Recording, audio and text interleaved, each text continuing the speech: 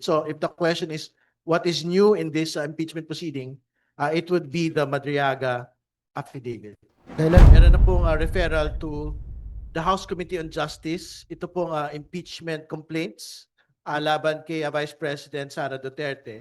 Makita niya to parang hindi pang pag-atake sa kanya politically, kundi ito pagkakataon niya para sumagot sa framework ng ating konstitusyon na hindi tayo lalayo doon, hindi tayo lalabag doon. Sumagot lang tayo. Yung sa amin, impeachment, ito ay grupo ng mga religious sector, mga madre, civil society, at mga pare at pastor na kasama namin, na naniniwala kami na ito yung opportunity ng pangalawang Pangulo para sumagot sa mga aligasyon sa kanya. Kasi lagi niyan sinasabi na hindi daw siya binigyan ng pagkakataon sa Kongreso na ipagtanggol yung kanyang sarili dahil na-judge na daw siya. So, ang amin, ito sana yung gamitin niyang pagkakataon na maglatag siya ng ebidensya niya. Sagutin niya yung mga tanong sa kanya na pinipilit niyang iwasan. At sinasabing hindi naman daw niya iniiwasan, hindi lang daw sa binibigyan ng pagkakataon.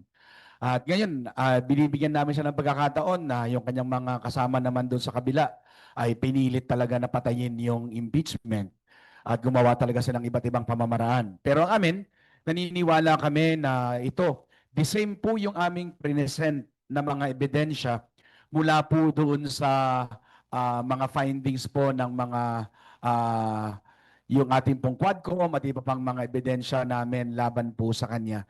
Sana makita niya to parang hindi pang pag-atake sa kanya politically, kundi ito pagkakataon niya para sumagot sa framework ng ating konstitusyon na hindi tayo lalayo doon, hindi tayo lalabag doon. Sumagot lang tayo. Kasi kung kami sasagot, kung siya ay sasagot, kung may paliwanag niya na talagang wala siyang kasalanan, then so be it. At kung meron ay dapat siyang managot. At hindi lang siya yung dapat managot. Kasi nga naalala ko yung isang teacher na nagbulsa ng 5,000 pesos, nakulong ngayon. Ngayon itong mga politikong itong mga inaakusahan natin, sadyang hindi ayaw sumagot at walang accountability. Kaya naniniwala kami na kailangan nating simulan dito. At kumbaga, ito yung pagkakataon namin para iparinig. At sana ay maintindihan ito ng taong bayan. Ito ay hindi lang para sa amin, kundi ito pagkakataon para masagot niya ng tama at maayos ang aligasyon laban sa kanya.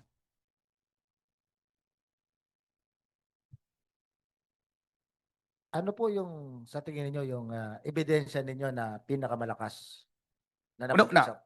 Yung sa amin, doon sa unang yung sa findings nga po ng Quadcom at the same time, yung pong mga bahagi po, yung sa 612 million na confidential funds. Naniniwala po kami na meron po kaming ebidensya. Inilatag po ito ng aming mga abogado at sana makita ito at yung betrayal of public trust. Ikaw na pinagkatiwalaan, tapos hindi mo nasagot ng tama, dapat panagutan mo to. Kung talaga nang wala ka talagang kasalanan, bakit kailangang iwasan at pigilan itong impeachment na ito? Nalalapit na po yung eleksyon at nagdeklara na nga siya ng kanyang candidacy. Alam niyo naman, sabi nila, yung survey ay kinatatakutan ng marami at kinatutuwa din ng ilan. Kayo po ba naniniwala na ito lang yung window of opportunity para mapanagot? Kasi habang nalalapit ng eleksyon, mas kukonti ang mga kongresista at mga senador na pwedeng bumoto ng adverse o bumoto ng ayon sa katotohanan against Vice President Sara Duterte. So naman kasi last year pa naman to before the election. Sana binigyan ng pagkakataon ito. Kung pinayagan ng grupo niya ito at ng kanyang mga alipores, sana hindi sana umabot sa ganitong sitwasyon ito na ngayon i-refile namin. So napakalaganda ng opportunity sana last year kasi malinaw, maayos naman sana lahat. Pero hindi talaga binigyan ng pagkakataon. At sa pangalawang pagkakataon na ito, at tandaan natin, hindi naman po ni-reject o hindi naman po hinusgahan ng Supreme Court yung merits ng aming kaso. Ang kanya na naman yung framework, ang pamamaraan ng Kongreso noong nakaraan. So amin lang nito ay gamitin sana natin both ang mga against and pro ilabas natin yung mga ebidensya, patunayan natin na wala talaga nagnakaw at kung walang nagnakaw, kami naman po ay handa naman pong makinig at sa kanyang mga ilalatag ng mga dahilan.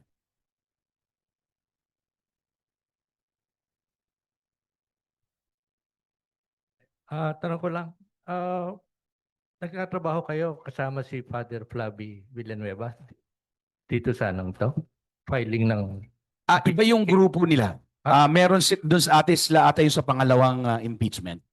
Kami yung pangatlo. Kami ito yung grupo namin na nag-file last year din. Ito yung grupo ng mga pare, more on religious sector itong ika nga. Yung kasi sa kanila, ibang grupo yun sa kanila. May iba pa mga civil society na nangunguna para dito. Sa amin ay ibang grupo naman ito.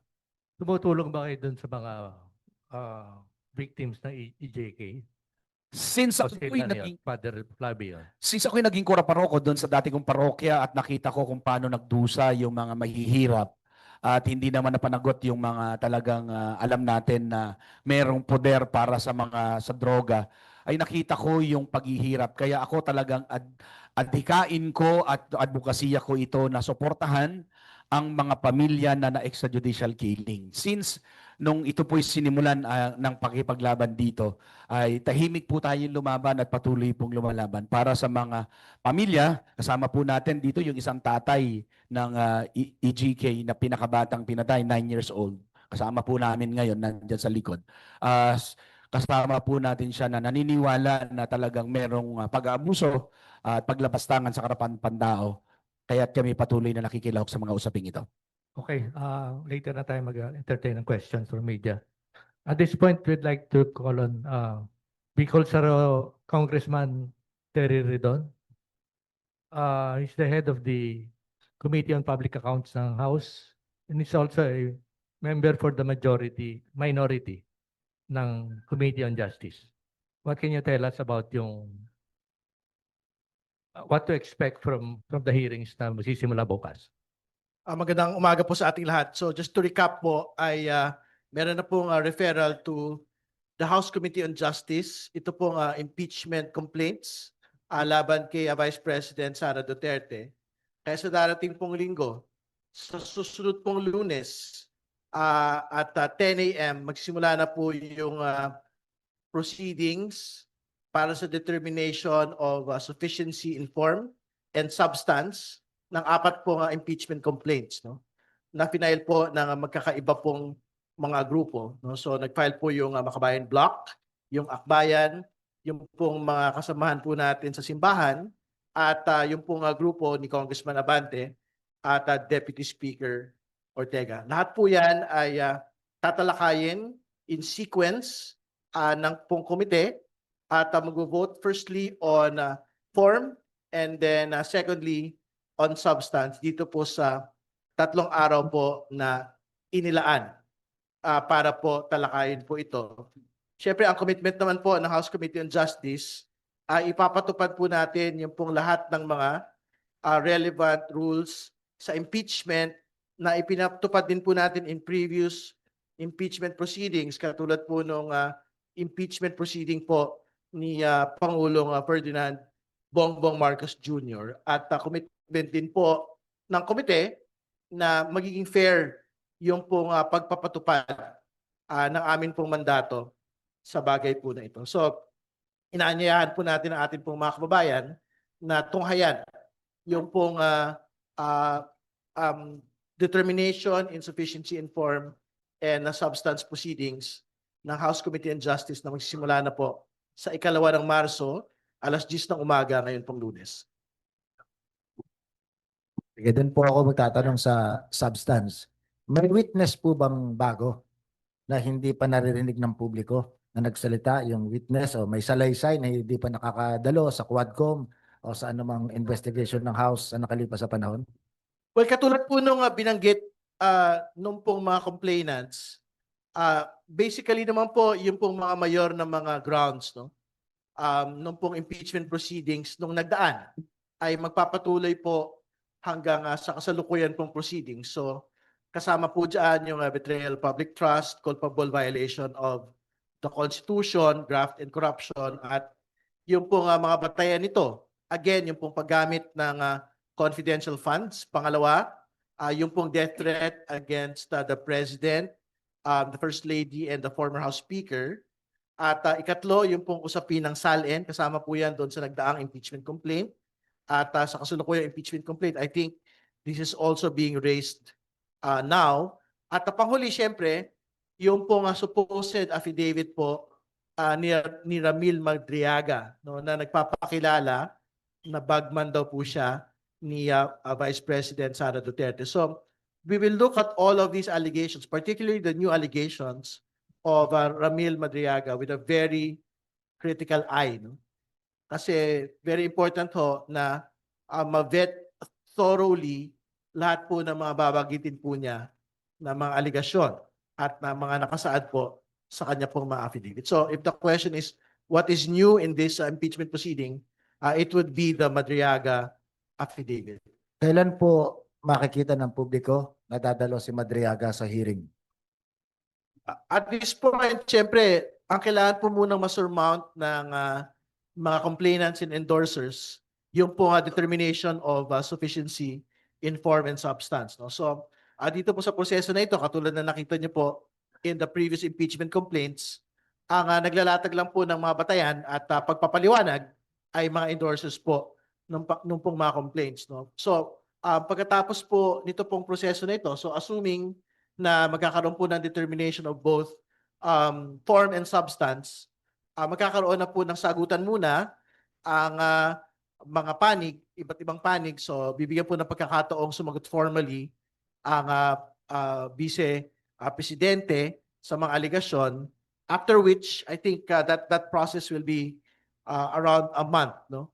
Magkakaroon na po ng formal proceedings, hearings po ang House Committee on Justice. Dito na po natin pwedeng ipatawag si Ramil Madriaga at pwede rin po mag-request po ng additional documentation and iba pang mga papeles mula po sa iba't ibang mga ahensya po ng gobyerno. Opo, si Madriaga po ba, kumusta ang kanyang seguridad?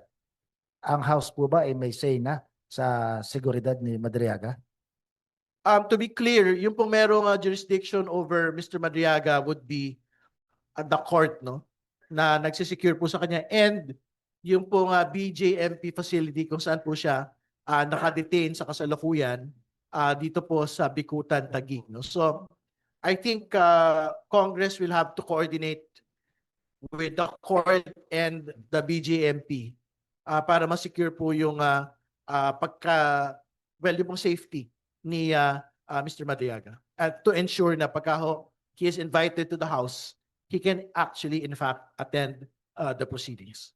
Kung sakasakaling tumagal yung process, kung nakikita nyo ba na yung pagdinig ay tatawid kahit na nakarecess na ang Kongreso?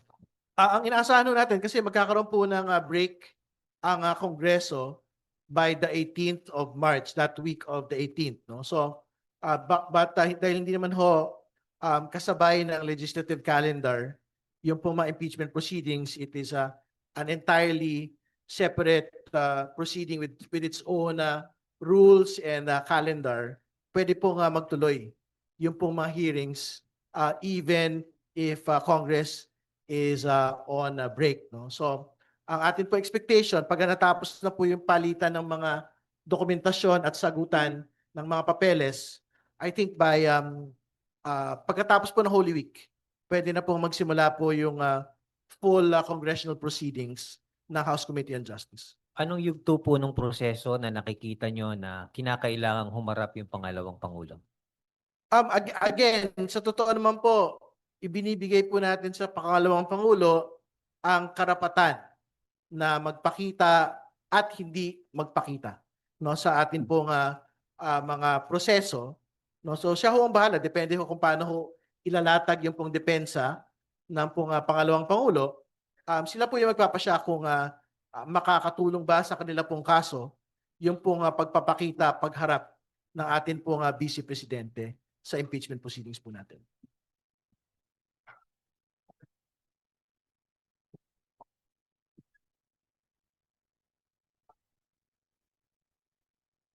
Isang linggo akong inubo kaya mahirap magsalita. May tanong ako kay Congre doon, Kong Terry, no? Alam mo, hindi naman natural kung hindi natin tatanungin kung ano ang naging pananaw mo o tingin mo sa nangyayari doon sa DA. At bilang manananggol, at alam ko nagmamatsyag ka riyan at meron kang mga napansin. Pwede ba naming matanong kung anong pananaw mo? At, alam mo ba, sa tingin mo ba matutuluyan si Gongdi? Malilitis yan? Well, una ho sa lahat, antayin muna natin siguro matapos yung pong proseso nung pong confirmation of charges. Meron naman pong 60 days yung pong ICC, no, para ho pagpasyahan kung ano po yung magiging proseso po. Kung tutuloy po sa full proceedings, ito pong ICC case against the president, the former president. Tingin ko naman ho, maayos yung pagkakalatag po ng kaso ng mga biktima at yung pong prosecution, makaayos din po yung pagkakalatag po ng kaso. I don't want to dwell on the particular details of the defense, but I'd like to state for the record na alam po ninyo, ang lahat ng sinasabi ng mga matataas na pinuno ng pamahalaan, ito po ay tinatrato bilang magiging patakaran. Ibig sabihin, wala hong puwang yung mga hyperbole, wala pong puwang yung figures of speech sa paglalatag po ng mga patakaran. Whether kongresista ka, whether senador ka, whether pangulo o pangalawang pangulo ka ng Pilipinas, kung ano yung actual na sinabi mo sa isang mikropono, sa isang pampublikong kapulungan, ito po ay hindi tinatrato bilang joke. No, lalo't higit kung ang mga sinasabi po ay mga pagbabanta laban po sa mga tao. Lalo't higit kung ang nagsasalita po mismo ang pinakamataas na pinuno ng bansa na meron pong kapangyarihan sa kapulisan, meron pong kapangyarihan sa kasundaluhan. So, tingin ko, dyan ho naman talaga nagkakatalo Hindi ba? Yung pong kaso po sa ICC, were the remarks of the former president merely jokes, merely hyperbole, merely figures of speech. Yun ho yung isang banda Kasi yun pinapaliwanag po ng depensa. Pero on the other hand, ano ho yung pinapaliwanag po ng mga biktima? Ano po yung pinapaliwanag ng prosecution? Ang sinasabi po nila, sa bawat panahon na nagbibigay ng banta ang dating Pangulo, meron pong mga namamatay na mga biktima ng Duterte drug war. Yun yung una. Pero pangalawa, pagka ho nagsabi ang dating Pangulo na parang umaatras sila doon sa ilang pong mga pronouncements on the Duterte drug war, tumitigil yung pong pagpatay.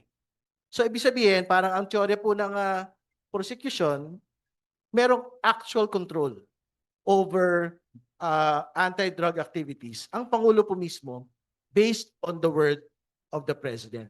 So we will leave it to the ICC to make that determination. Pero again, I think it is a good policy for high government officials na wala hong jokes dito. Kumbaga, kung ano yung sinasabi ho natin, yan po yung pinakikinggan ng mga kababayan po natin, yan po yung pinaniniwalaan. Hindi lang ng mga ordinary mamamayan, kundi po yung pong mga nagpapatupad din po mismo ng mga batas po natin. So yun po muna. Si Father Joel, anong tingin niyo riyan? May believe ka ba kay Kulas?